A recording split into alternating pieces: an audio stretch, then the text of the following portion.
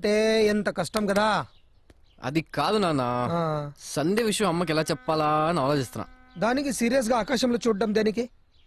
మెట్లు దిగి కిందకెళ్ళి కిచెన్ లో అమ్మ ఉంటుంది, చెప్పే. అమ్మో, హైదరాబాద్కి వెళ్ళి చదువుకోకుండా ప్రేమించడానికి కానీ తెలిసిందనుకో ఓ. చంపా. ఐడియా ఏంటిది? మా ఇద్దరు విషయం నీకు సడన్ గా తెలిసినట్టు ఇలా అంతా చెప్పాను. అమ్మో, ఆ ఒక్కటి మాత్రం నన్ను అడుగుకో. నాన్న ప్లీజ్ నాన్న, చెప్పినా చూడు మై సన్, వాటర్ తో నిండిన కుండలాగా ప్రేమ ప్రాబ్లమ్స్ తో నిండి ఉంటుంది. ఏ ప్రాబ్లం వచ్చినా ధైర్యంగా ఎదుర్కొన్నప్పుడే నిజమైన ప్రేమ అవుతుంది. నువ్వు నిజమైన ప్రేమ కూడా అయితే అమ్మని ఒప్పించుకో. అయినా నీ ప్రాబ్లం నీ ప్రేమ నువ్వు సాల్వ్ చేసుకో. ఎవరమ్మా నువ్వు? నువ్వెవరు? సేల్స్ మన్. నన్ను క్షమించండి మావయ్య. మావయ్య? అవును మావయ్య, ఆశీర్వదించండి. అరే, ఆ అమ్మాయిని డాడ్ గా ఇంటికి తెచ్చావేంట్రా? నీ లైఫ్ నీ ప్రాబ్లం అన్నావు, తెచ్చాను.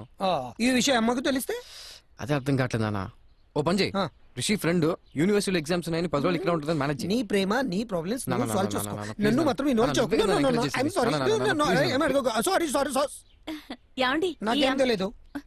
రిషి ఫ్రెండ్ టండి, ఏదో యూనివర్సిటీ ఎగ్జామ్స్ ఉన్నాయట.